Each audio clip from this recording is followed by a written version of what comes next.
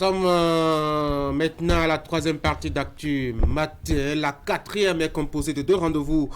Ce matin, il y aura la page invitée de Zakiat Latondi qui nous propose de nous aider à entretenir notre santé bucco-dentaire. Comment est-ce qu'on prend soin de ses dents de sa bouche? Docteur Sylvie Bankole nous y aidera. Deux dames d'un pour nous aider à faire santé ce matin. Vous aurez rendez-vous avec Maël Belou qui va nous proposer la revue de presse, les détails des informations relayées par les quotidiens dans leur production de ce matin. Avant tout cela, comme je l'annonçais, la troisième partie d'Actu Matin, vous aurez immersion avec Ouliat Sanoussi qui va nous amener dans un atelier de coiffure. Il y a un homme qui s'intéresse un peu à la tête des hommes et des femmes à la fois. Comment est-ce qu'il s'y prend? Élément de réponse dans sa réalisation. Avant cela, nous allons discuter, nous allons parler éducation. Nous allons nous intéresser à ces nouveaux bacheliers. Heureux, certainement, à l'heure actuelle, mais on va les aider à examiner un peu l'horizon qui les attend dès l'année prochaine. Ce sera donc notre débat de ce matin. Et j'aurai autour de cette table, sinon je l'ai déjà, autour de cette table, chers messieurs habitués de ces lieux, William, Eric et Franck. Bonjour Tanguy. Et quelqu'un invité par ici, Dodi Abalo, qui est consultant en orientation scolaire et professionnelle. Monsieur Abalo, bonjour. Bonjour. Bienvenue sur l'Actu Matin. Merci. Alors, environ 500 000, dis donc.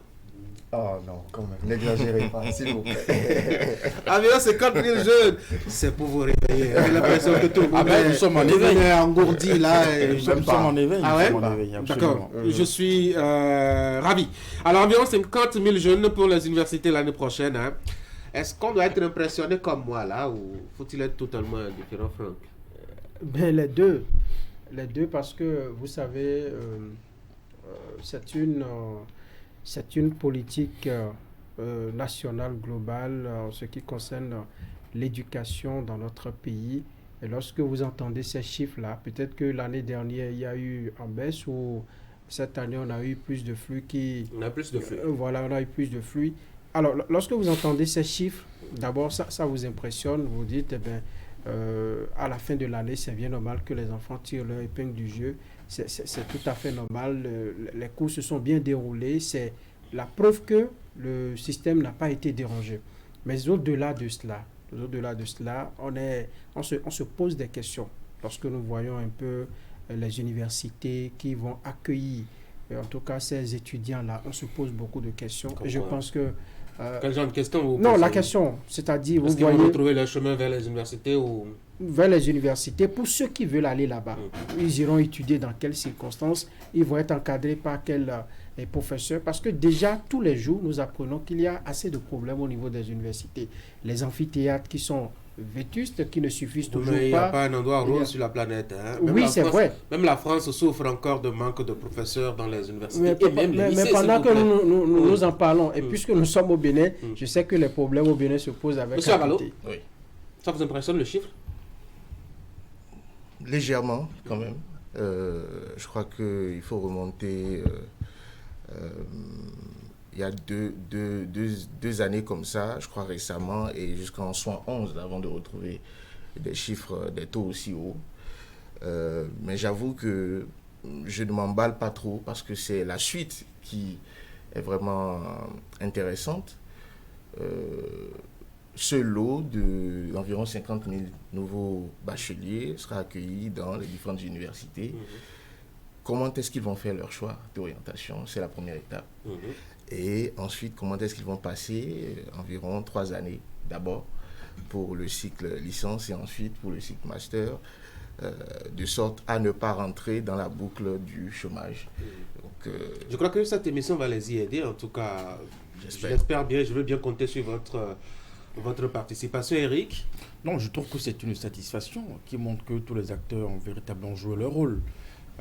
Pour les candidats qui ont pu décrocher le baccalauréat, c'est la joie, c'est tellement pour les parents, pour les enseignants également, pour les responsables d'établissement, mais aussi pour l'État, justement, qui doit pouvoir se dire que quelque part, on a relevé un peu le niveau. Mais après, je pense que pour ce qui nous intéresse, c'est la suite. C'est comment il faut pouvoir offrir à tous ces candidats qui ont décroché le bac et aussi ceux qui sont encore actuellement dans nos universités, comment il faut leur offrir un cadre adéquat de formation. Parce que ce problème se pose malgré tout ce que nous avons pu observer comme investissement, comme effort de l'État dans nos universités publiques. Et il y a toujours des défis à relever en termes d'espace de travail, de confort de travail, le transport des étudiants, les cantines. Donc c'est beaucoup de questions en même temps et il faut vraiment s'assurer de ce que l'État pourra encore véritablement jouer son rôle. Alors, la suite, c'est deux options possibles. Hein. Soit il s'arrête là, et il trouve d'autres portes, soit il continue. Je ne sais pas quelle est la meilleure option à vos yeux, William. Pour opiner rapidement sur les chiffres, 51,19% en 2020, 60,50% en 2021, 66,46% en 2022 et cette année 69,21%. On dira que c'est une évolution logique, que c'est une courbe qui n'a suivi que la trajectoire normale et que c'est le fruit d'une série de réformes. Je ne doute pas de ce que ces différentes actions de l'exécutif ont pu impacter d'une manière ou d'une autre et je ne suis pas non plus de ceux qui pensent que parce que l'école va mieux et que des gens méritent le baccalauréat, pour qu'on ne dise pas des chiffres qui sautent à l'œil, il faut limiter le nombre de bacheliers parce que j'ai comme impression que à écouter certaines réactions, des gens sont contents quand on dit que c'est 10%, c'est 39%. Les gens sont même très fiers de dire qu'à leur époque, le baccalauréat a donné tel pourcentage et qu'ils ont pu tirer leur épingle du jeu. Donc, ils seraient plus intelligents que d'autres. De dire, bon, on a, à leur époque, on a quand même un bac dont le détenteur est quand même de niveau certain et peut-être... c'est pas mal parce que tout le monde est convaincu aujourd'hui que le niveau scolaire, ça baisse d'année en année. Oui, on ne doute pas de ce que le niveau scolaire est ce qu'il est. On ne doute pas de la qualité de l'approche comparative qu'on peut faire entre la qualité de la formation que l'on reçoit maintenant et de celle que les gens avaient reçue il y a quelques années parce que tous ceux qui sortaient de l'école n'étaient pas excellents et bons. Mais quand on fait les proportions, il n'y a peut-être pas d'études, mais de faits, les réalités empiriques que nous vivons au quotidien nous permettent de savoir que ceux qui sortaient de l'école arrivaient un peu plus facilement à faire 3-4 phrases en français que des gens qui ont un certain niveau. Alors ma question, oui. Maintenant, est-ce qu'il va continuer et il s'arrête? Je pense qu'aujourd'hui, entre continuer et s'arrêter, il faut un examen de conscience personnelle, selon moi. Aujourd'hui, pour moi, le premier facteur déterminant de l'école, c'est l'aptitude que l'on a à faire une formation ou une autre. Vous savez, moi je crois beaucoup au métier de l'avenir, je crois beaucoup au métier de l'heure, je crois que le 20e siècle était pour les mines, le 21e siècle est pour le numérique et que les siècles à venir sont pour d'autres choses et que ce sont des formations sophistiquées comme beaucoup le disent. Mais je crois d'abord en l'aptitude personnelle de quelqu'un à entrer dans un domaine, parce qu'un domaine a beau être peut-être très bondé de gens, mais lorsque vous avez des aptitudes intrinsèques pour vous sortir, pour vous distinguer parmi les meilleurs de ce domaine, vous pourriez vous imposer. La deuxième chose, c'est la règle, la maxime éternelle de l'offre et de la demande. Quand vous dans d'une formation aujourd'hui dans laquelle vous allez vous engager avec le baccalauréat de 2023, à quoi pourrez vous servir dans ce Bénin en chantier, dans cette Afrique en chantier, dans 3, 4, 5 ans? Moi, je pense qu'il faut y... 3, 4, 5 ans, c'est pas trop. Il faut y penser très... Une carrière, c'est 30 ans, c'est 35 ans, c'est parfois 40 ans, M. Abalo.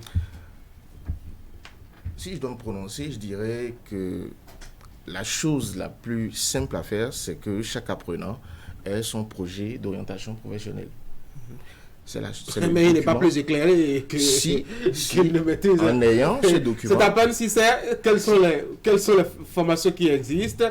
C'est à peine si c'est observer l'évolution et la trajectoire du monde. C'est à peine s'il sait quels sont les nouveaux métiers qui existent. La seule chose qu'il sait, c'est qu'il y a WhatsApp, c'est qu'il y a TikTok. Et puis là, c'est cahier de leçons. Il y a Internet, il faut se former. On ne peut pas rester sur ce constat et continuer à faire les mêmes erreurs.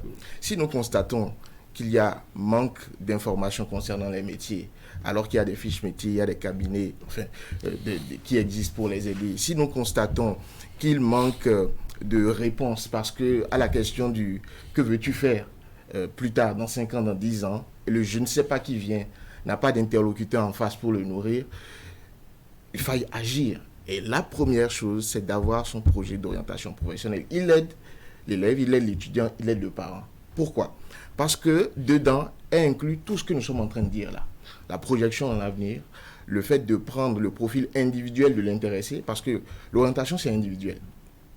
Un processus d'orientation se décline sur parfois plusieurs mois. Et c'est pour cela que notre gouvernement a commencé à le dire il y a quelques années déjà, ça commence en 4e. Ce n'est pas subitement se retrouvant nouveau bachelier que l'on réfléchit et on se dit quelle formation je vais faire. Non, c'est un processus éducatif qui se construit pour qu'il soit cohérent.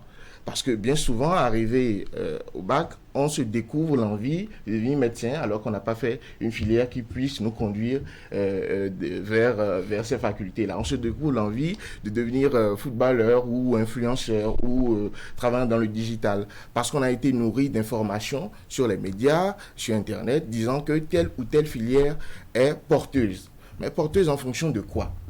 Et si elle est porteuse ou filière en tension, si elle est en tension jusqu'à quand? Sachant que vous allez rentrer dans le processus d'apprentissage pendant 3 ans. Il vous faudra peut-être quelques années pour devenir bon professionnellement, opérationnel, et ensuite vous lancer sur le marché. Pendant ce temps, est-ce que le métier n'a-t-il pas changé? Et on a constaté déjà ces 2 dernières années avec les intelligences artificielles qui sont venues rebattre les cadres dans certaines activités. Et c'est important. C'est pour ça que je dis... Un peu comme la cordonnerie, l'horlogerie, etc., qui désormais... quand même ont été vraiment secoués par l'intelligence artificielle. La cordonnerie, l'horlogerie, peut-être pas directement, ou je ne sais pas quels sont les facteurs que vous avez vus, mais je sais que les métiers du digital, les copywriters, les infographes, les graphistes ont été vraiment challengés par l'apparition de ces intelligences artificielles-là qui font un certain type de travail, mais qui ne les remplacent pas encore. Mais c'est pour dire que sachant que c'est de travailler individuellement sur les étudiants avec les parents, c'est ce qui nous permettra d'avoir des profils clairs et qu'un jeune pourra dire oui, je veux faire cette formation à cause de l'activité que je veux faire plus tard et pas l'inverse. Alors oui, Franck. Alors, moi je dois dire, tout le monde a envie d'aller à l'université, de faire la filière qu'il aurait choisie. Vous savez, ça dépend des conditions dans lesquelles vous obtenez le baccalauréat. Comment?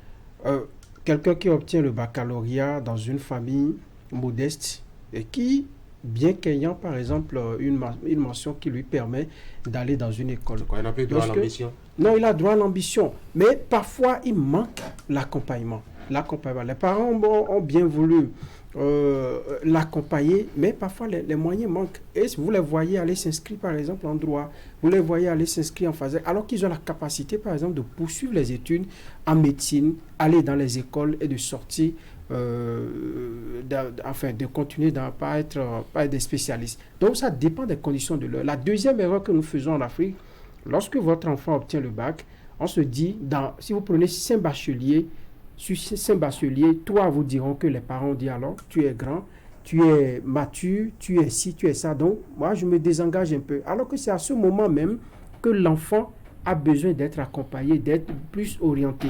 Et puis, la troisième chose, c'est lorsque nous allons à l'université, ou bien même nous nous inscrivons dans pour les formations au supérieur, on se rend compte de la réalité. Ce qui nous attend là-bas, ce n'est pas toujours ce que nous disons, le schéma que nous faisons en allant là-bas. Donc cela fait que, et c'est là que je rejoins monsieur Abalo, pour dire que l'orientation, d'abord, ça part des parents. Il faut discuter sérieusement avec votre enfant et en plus, les amener vers les spécialistes qui vont étudier avec vous la faisabilité. Lorsque vous obtenez votre bac et 1 mois, 2 mois, on n'en discute pas avec vous parce que justement, le parent, il se préoccupe peut-être des frères qui sont derrière, dit, ben, toi, tu as déjà ton carnet. Si j'en ai 12, et que c'est le premier qui vient d'avoir son bac, je ne vais pas tuer le reste de ma vie. Voilà l'erreur que nous faisons. Et dans beaucoup de ménages, c'est comme ça que ça se passe. Cet axe d'analyse. J'apprécie cette logique qui voudrait qu'avant le baccalauréat, on puisse déjà s'interroger sur ce que l'enfant doit faire. Je pense que c'est ce que j'ai compris de notre invité et c'est capital.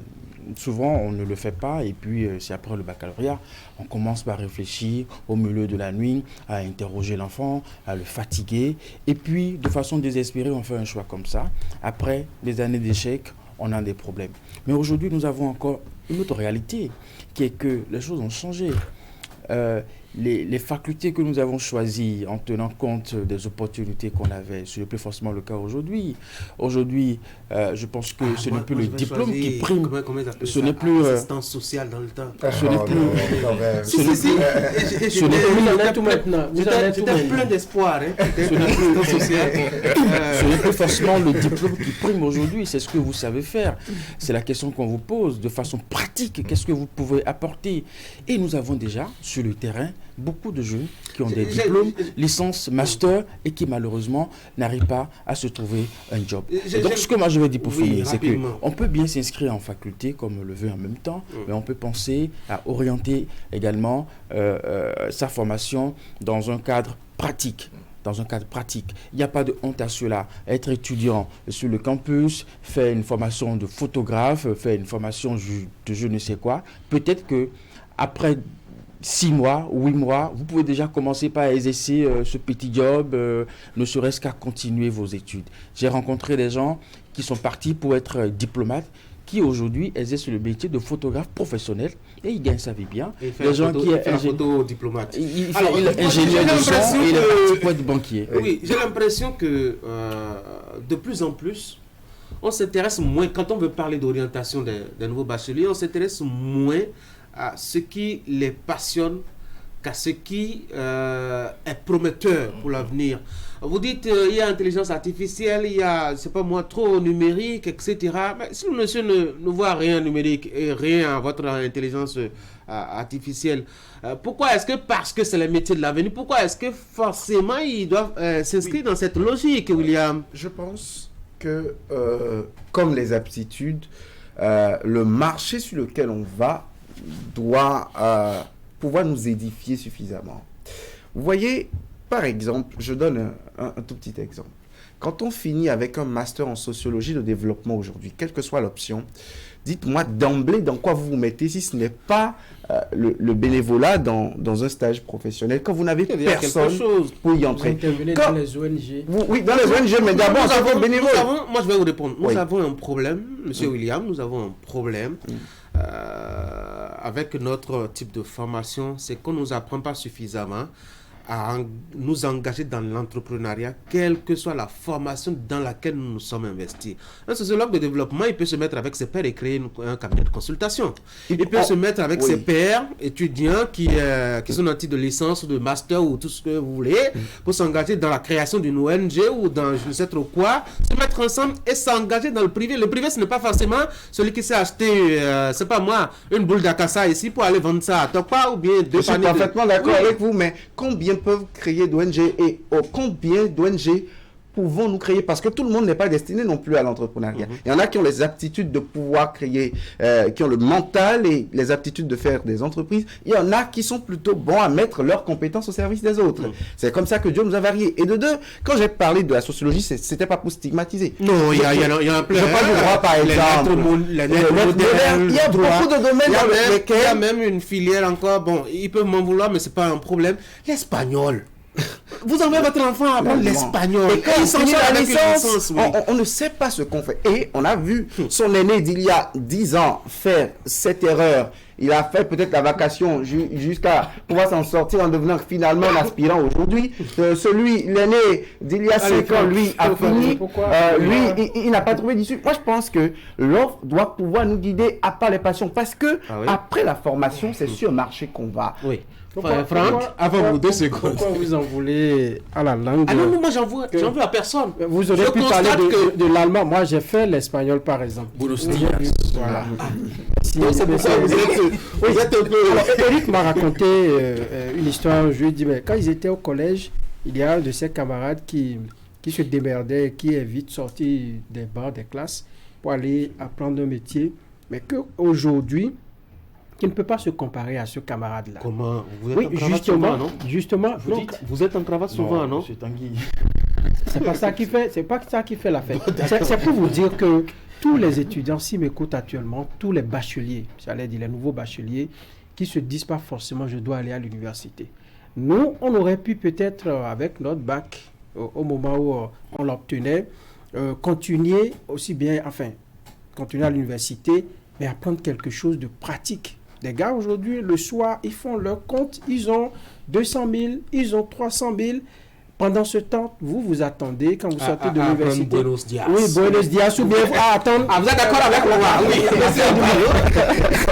Moi, je voudrais revenir sur l'élément du caractère capital de l'adéquation avec l'offre du marché qu'évoquait M. William. Moi, je parle de où est-ce qu'on met la volonté, la passion du nouveau, oui. J'en viens. C'est pour dire que ce sont des éléments à prendre en compte de façon égale.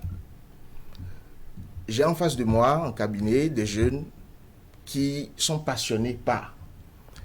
Mais dans la déclinaison du vécu de leur passion, s'ils ne peuvent pas se nourrir avec, c'est de la frustration. Donc je suis obligé de prendre en compte et les dimensions du marché et l'évolution, enfin la mobilité, parce qu'on ne travaille pas qu'au Bénin, on travaille dans la sous-région, on travaille dans le monde entier. Et je prends aussi leur personnalité, c'est là où les psychologues comportementalistes ou cliniciens interviennent chez nous. On prend aussi en compte leur motivation et leur passion. Parce qu'en fait, vous avez des gens qui rentrent dans des métiers sans vie. Et vous leur demandez de venir tous les jours faire ce qu'ils n'aiment pas. C'est une corvée. Et vous leur demandez d'innover en plus. Ce n'est pas possible. Et vous voyez des entreprises, des situations, des domaines qui stagnent. Simplement parce que les bonnes personnes ne sont pas aux bons endroits. Parce que chaque jour est une corvée, chaque jour est un supplice. Et en plus, il y a la frustration de voir les autres s'épanouir dans d'autres métiers. En se disant, mais si j'avais eu le courage, ou si j'avais eu l'information. Parce que c'est l'information qui manque, en fait. Vous avez on a parlé de l'entrepreneuriat. Vous allez constater que beaucoup de gens attendent que d'autres fassent avant de faire la même chose. Pourquoi? Parce qu'ils ont besoin d'informations et en plus de valider que l'information marche.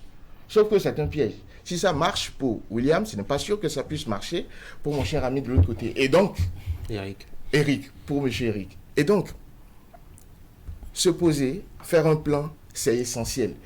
Avoir du courage pour faire. Quand on est à l'école et qu'on n'a pas eu l'occasion de collaborer ensemble, quand on grandit, c'est difficile d'avoir cet élan-là de collaborer, de se mettre ensemble pour faire. Quand on est dans une salle de classe et que l'on ne sait pas où est-ce que mon camarade vit, qu'est-ce qu'il fait, qu'on n'a pas l'habitude de se fréquenter. Il y a eu à l'époque où au début des nouveaux programmes, on nous a obligés à mettre nos tables et à nous faire face. Oui, c'était déjà pas mal, oui, mais ça s'est arrêté dans la salle de classe. De nous regarder dans les yeux. Dans la salle de classe. Mais nous rentrons dans les amphis avec des centaines de personnes et j'ai reçu des stagiaires comme ça. Je dis, mais combien de personnes connaissez-vous dans l'amphi?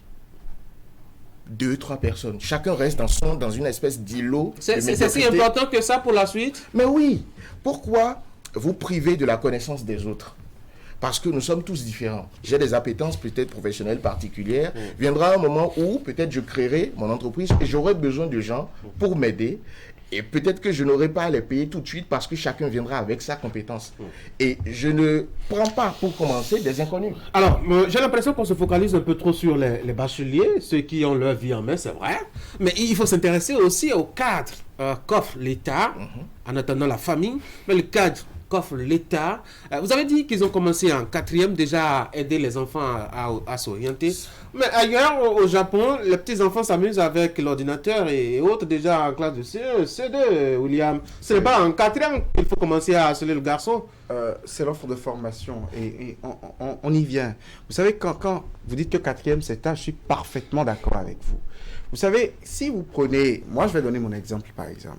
Si je vous dis mes carrières envisagées, entre le CM2 et aujourd'hui, on peut en compter une dizaine. On veut être vraiment sérieux. Donc, on peut en compter une dizaine. Oui. Tout simplement pourquoi le manque d'information nous tue et ceux qui roulent carrosse dans la ruelle sont les modèles avec leur métier. On pense que c'est là-dedans qu'on peut s'épanouir. Et même quand Franck et Eric parlent des formations para-académiques, quelque part c'était le piège aussi. On essaie de bâcler un peu la formation universitaire dans laquelle on est parce qu'on estime que... C'est quoi le résultat? C'est eux qui viennent, qui s'en sortent? Oui, ils s'en sortent 2-3 ans après. Ils fondent une famille Et quand vient le moment d'envoyer l'enfant en classe de maternelle avec 100 000 de scolarité, la cantine 50 000, et que les frais d'écolage, en dehors des frais d'écolage, il y a d'autres charges, la formation para-académique qui a permis la subsistance pendant la période de célibat n'a plus forcément... Ça veut dire qu'il a stagné lui-même. Il a stagné. Et qui n'a pas su... Il a réduit le potentiel qu'il avait en lui-même. S'enraciner dans ce qu'il fait. Absolument. Parce que quand on a été apprenti mécanicien 3 ans, on a eu son diplôme 3 ans ou 7 ans, je ne sais plus combien d'années on inflige aux gens là-bas. Quand on a fini et qu'on a obtenu son diplôme, qu'on a ouvert son atelier, on ne reste pas seulement à ce stade où on a appris la mécanique. Et quand on peut progresser. C'est quand on n'a pas progressé dans la profession qu'on peut se surprendre avec des charges comme ça. Je suis bien d'accord avec votre logique qui est très bien pertinente, mais la marge de progression, la marge de progression est pour moi proportionnelle aux aptitudes qu'on a à innover et à se réinventer. Quand vous vous trouvez dans un monde qui ne vous a permis que de tirer la pitance quotidienne et que ce n'est pas le monde de votre génie, vos subtilités ne peuvent pas se révéler dans ce secteur, pour moi vous ne pouvez pas y aller. Et je pense pas, toujours par rapport aux formations para-académiques, toujours par rapport aux formations académiques et para-académiques, je pense qu'on ne construit pas un État sur la débrouillardise. Je pense qu'on doit davantage la débrouillardise là, les coiffeurs, les menuisiers. Moi je pense je donne la parole à qui? Et Eric rapidement avant que Franck ne... Oui. Non, je pense que c'est très relatif parce que qu'on soit d'un corps de métier, n'est-ce pas, on peut être amené à avoir les mêmes problèmes en matière de gestion de sa vie que quelqu'un ou qu'un cadre dans une administration, où parfois il nous arrive d'être à coup de moyens pour régler tel problème ou tel problème. Ce n'est pas seulement l'apanage des personnes qui ont fait l'option d'être couturier, d'être coiffeuse. Franck veut réagir par rapport à William. Oui. Je ne sais pas ce que William appelle monde de génie et tout ça, mais je sais que quand on était à l'université, il y avait des camarades qui prenaient le risque d'investir leur secours, leur bourse dans de petites activités. Ils allaient acheter les trucs des Chinois là, qu'ils revendaient. Ils allaient investir dans le cajou. Ils achètent des cajous chez les bonnes dames, les graviers qu'ils revendaient. Non seulement ils ont le même diplôme que nous, ils ont le même niveau que nous, mais ils ont du pognon. C'est de ça que moi je parle. Ils ont développé une capacité de résilience, de résistance et de combativité. Voilà, merci pour les vocables. Et ce n'est pas... Moi, je suis de votre côté. Il s'est retrouvé dans ça. En fait, il s'est retrouvé dans ça. Ce n'est pas qu'il laisse l'ambition de devenir cadre, ainsi de suite, mais il se donne une certaine sécurité financière. C'est de ça que moi je parle. Et c'est ce réflexe-là que beaucoup n'ont pas eu, qui aujourd'hui se retrouvent avec de gros diplômes. Ils ont des valises, ils ont des costumes, mais au fond, ils ont beaucoup de problèmes que ceux-là qui ont diversifié. Et même dans l'option où ils ont fait vraiment un choix, n'est-ce pas, en allant dans ce genre de corps de métier, après ils l'ont développé, ils l'ont adapté aux réalités d'aujourd'hui. Le coiffeur d'hier n'est pas forcément le coiffeur d'aujourd'hui. Ça avait des équipements où le salon était... Je me rappelle que la tondeuse était manuelle et on faisait ça. D'abord c'était avec la lame. Mon coiffeur était devenu maniaque. Même quand il devrait manger à la main, à la maison, il était toujours dans ce réflexe-là, oui. Je parlais du cadre. Oui. On a l'impression qu'on fait focus un peu trop sur le nouveau bachelier, mais il n'est que le produit, le résultat, le réflexe du moule dans lequel on l'a mis pendant des années. Oui, vous avez raison. Alors, je laisse le blanc là, exprès, pour montrer aux téléspectateurs qu'en fait, si on ne change pas, on aura les mêmes résultats. Et ce qui est intéressant encore plus dans ce que vous avez dit, c'est que nous parlons maintenant, en ce moment-là, et pendant peut-être un mois, d'orientation, parce qu'il y a eu le nouveau bac. Rendez-vous l'année prochaine, en juin. Vous imaginez? Alors que ça fait 1 an que nous en parlons. Parce qu'il faut bien se préparer. Et l'orientation ne concerne pas que ceux qui viennent de réussir un examen. Ce n'est pas possible. C'est... je ne sais plus qui le disait, vous n'étiez pas d'accord que ça puisse commencer en 4e. C'est William. Pourquoi? Pour moi, ça peut commencer un tout petit peu plus tôt, en fonction des passions, et également en fonction des offres de formation. Vous savez, il y a des gens qui seraient orientés un peu plus tôt et n'auraient pas fait les formations qu'ils ont faites. Non, je vais vous expliquer. En fait, c'est un processus.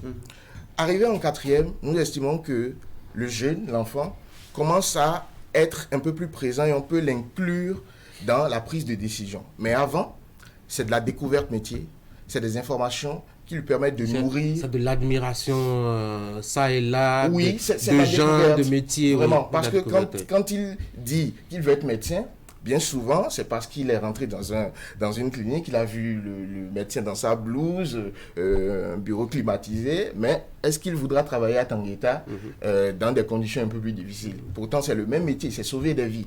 Donc, on a le temps de lui permettre de découvrir différentes facettes et arrivé en 4e, on estime qu'il est temps que tu donnes aussi ton point de vue sur le chemin que nous allons te faire prendre. Parce qu'en ce moment, il est toujours mineur. Et les parents décident encore. Donc, le travail est fait avec l'enfant, mais aussi avec les parents. Est-ce qu'on ne peut pas travailler justement à ce niveau? Quand William pense qu'on peut le faire un peu plus tôt, on peut faire un travail de conditionnement. L'enfant n'est le fruit que de ce qu'il a emmagasiné en tête comme entendu, image et qu'on a accumulé pendant un bon bout de temps autour de lui. Est-ce que notre système le permet véritablement? À la maison, organisez-vous, Franck. Non, c'est pas si évident pour les parents. Ce n'est pas si évident. Ce n'est pas si évident. Et si vous avez la malchance d'avoir des parents qui ne sont pas en griffe trop instruits, ça devient encore plus difficile. Alors moi, je ne vois pas aujourd'hui une famille de... Vous avez 5 étudiants et les gens continuent pas à dépenser dans la réparation de portables, dans le graphisme, qui sont aujourd'hui des métiers que vous pouvez apprendre en 3 mois. Vous allez... Pourquoi pendant les vacances, par exemple, vous avez des bacheliers qui vont à l'université, qui reviennent, vous continuez pas à dépenser sur eux. Pourquoi ils ne peuvent pas aller apprendre à réparer le portable? Pour que la famille soit à l'abri Il y a des métiers des dépenses qui ne pourront peut-être jamais changer au fil des ans. Je suis peut-être trop péremptoire. Lesquels, par exemple? L'électricité bâtiment, par exemple. Vous me direz, un jour qu'on dormira dans le noir parce qu'on est fatigué de la lumière ou de l'ampoule. Mais pourtant, on voit cela comme un métier. Non, mais vous savez, quand vous apprenez, par exemple, l'électricité bâtiment parallèlement à une formation en anglais, par exemple, en faculté des lettres. Oui. Vous savez, vous serez limité, quelle que soit votre envie, dans l'électricité que vous ferez plus tard. Parce que vous n'avez pas les diplômes de base. Vous n'avez pas les diplômes de base pour devenir, par exemple, ingénieur. Vous n'avez pas les diplômes de base, par exemple, pour devenir ingénieur. Et quelle que soit la passion, et quel que soit le revenu que l'électricité bâtiment vous donnera, vous n'aurez pas toutes les aptitudes pour continuer. Tout simplement parce que le système tel qu'il est aujourd'hui dit que vous n'avez pas un bac antérieur qui est d'une série donnée, ou que vous n'avez pas fait une formation universitaire. C'est en cela que je dis, même parlant des formations para-académiques, elles sont une solution. Moi, je vous propose un parcours. Un enfant qui est en 4e, à qui on dit, écoute, commence déjà par t'intéresser à l'électricité bâtiment. Il a son BEPC. Il peut même faire la série A si vous voulez. Hein. Il a son BEPC, il a déjà fait 1 an. Il fait 3 mois à continuer à apprendre l'électricité. Il a son bac A. Il va ouvrir son atelier parce qu'il a déjà la maîtrise de l'installation et autres. Mais il ne se contente pas de s'arrêter là. Parce que s'il découvre qu'il peut en faire son métier de vie, il commence par se cultiver en la matière, il commence par découvrir ses propres handicaps et il commence par trouver des solutions à son propre handicap. Si c'est aller apprendre l'anglais ou se réinscrire après 10 ans de professionnalisme, aller se réinscrire dans une école spécialisée pour renforcer ses capacités, il le fait maintenant à ses propres frais. Là, on a perdu du temps et l'orientation a pris du temps. Là, on a perdu du temps. Et pour aujourd'hui, des gens qui ont le bac à 17 ans, qui à 22 ans ont un master, sur le marché de l'emploi, ils ont 2-3 ans d'expérience en des stages et qui à 25 ans veulent être des cadres avec des salaires de 400 000 francs CFA, cette orientation-là, ils n'ont pas le même profil et la même capacité. Je crois que c'est ces choses qui ont développé les autres. Franck, ils ont trouvé ça où? Non, c'est dans le meilleur des mondes, des gens qui pensent qu'avec le master, le boulot est garanti, ainsi de suite, et qui s'investissent à étudier. Moi, je suis dans une logique où il faut, au-delà de... Il faut réussir l'orientation. Il faut réussir l'orientation en faisant appel à des spécialistes pour ne pas aller naviguer à vue. Moi, par exemple, en allant à l'université, je n'avais pas au départ prévu de faire le droit. J'avais prévu autre chose. Mais les conditions m'y ont contraint et j'étais obligé de faire le droit. Beaucoup sont dans ce cas-là parce que on n'a pas eu le temps de discuter suffisamment avec des gens qui s'y connaissent. C'est pourquoi ce n'est pas superflu lorsqu'on dit séance d'orientation. Envoyez les enfants pour s'informer. Je pense que c'est vraiment très, très capital parce que la finalité de tout ce que nous disons, c'est ce qu'on peut faire pour pouvoir gérer sa vie au mieux. Si vous avez le bac et que vous pensez qu'en vous inscrivant en une faculté, avec une ambition d'être, je ne sais pas, avocat et tout ce que vous voulez, peut-être dans 5 ans, dans 6 ans, Donnez-vous les moyens. donnez-vous les moyens. Mais avant ça, vous pouvez vous introduire dans une formation pratique où on ne va pas vous demander quel diplôme vous avez, ce que vous savez faire de façon pratique. Et cette corps de métier, ça, un monde de la non, quand j'écoute, ça me fait un peu sourire parce que aujourd'hui, ça me fait un peu sourire. Je ne condamne pas les formations. Ça me fait un peu sourire parce qu'aujourd'hui, on n'a même pas besoin de convaincre ces personnes. Ceux qui chôment le plus aujourd'hui, c'est des gens qui ont des diplômes et qui triment et qui ont du mal à se trouver un travail, puisque ça n'existe pas. Mais les jeunes n'entendent pas cela. Oui, il n'y en a pas perdu. Pendant longtemps, notre environnement a tellement rejeté les différents corps de métier qu'on voit ça comme de sous-métiers. Mais aujourd'hui, quand tu t'y consacres et que tu améliores, tu l'adaptes un peu, tu es parti.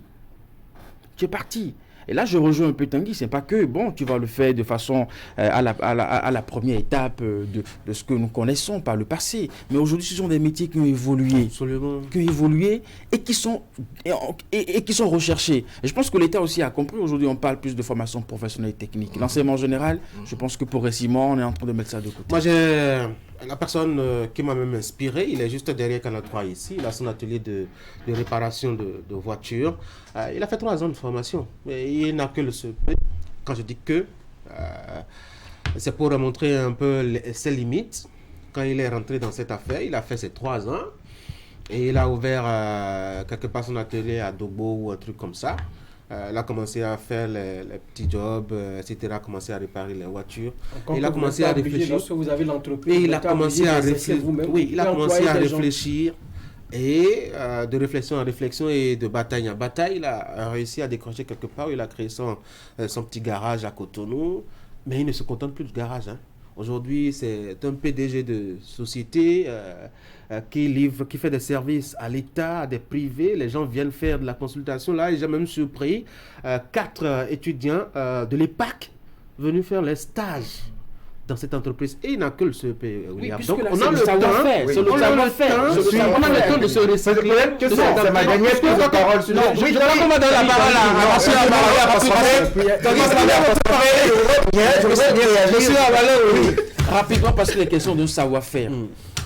Alors, vos points de vue sont légitimes. Je pense qu'il faut rappeler que en ce moment-ci, pour les nouveaux bacheliers, le circuit est simple. Premièrement, les salons, les foires de l'orientation, les salons d'orientation, il faut y aller.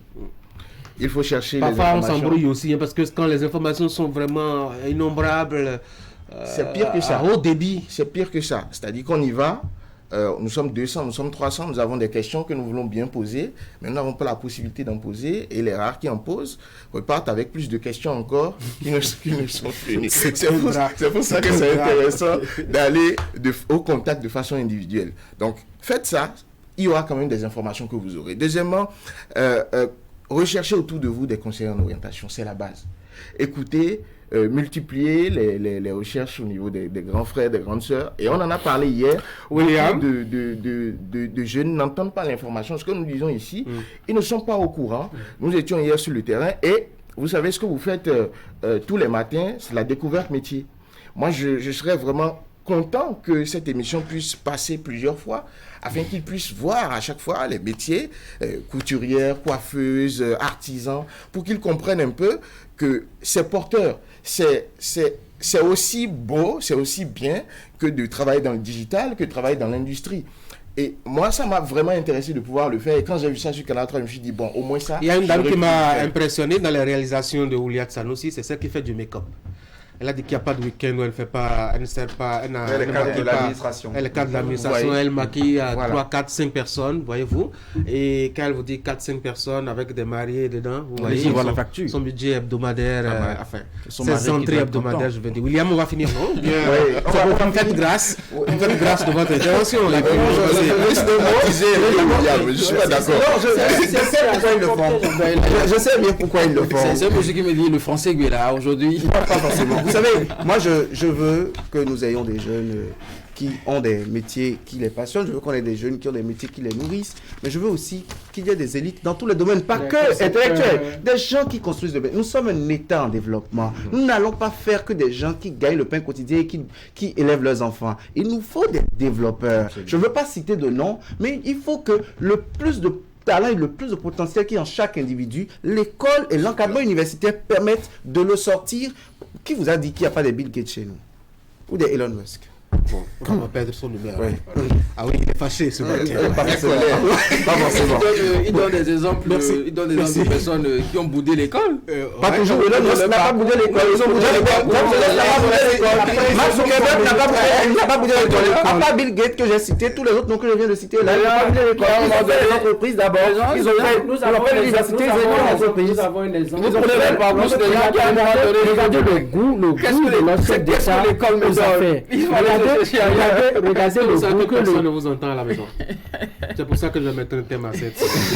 Merci beaucoup et vous passez une bonne journée. Mesdames et messieurs, on aura 3 rendez-vous encore. Immersion avec Ouliat Sanoussi, je vous l'ai dit. Elle va nous aider à découvrir un coiffeur qui s'intéresse un peu à la tête des hommes et des femmes à la fois. C'est un monsieur tresseur, mais aussi un monsieur coiffeur. Voici Kodjo Ataoé dans son quotidien.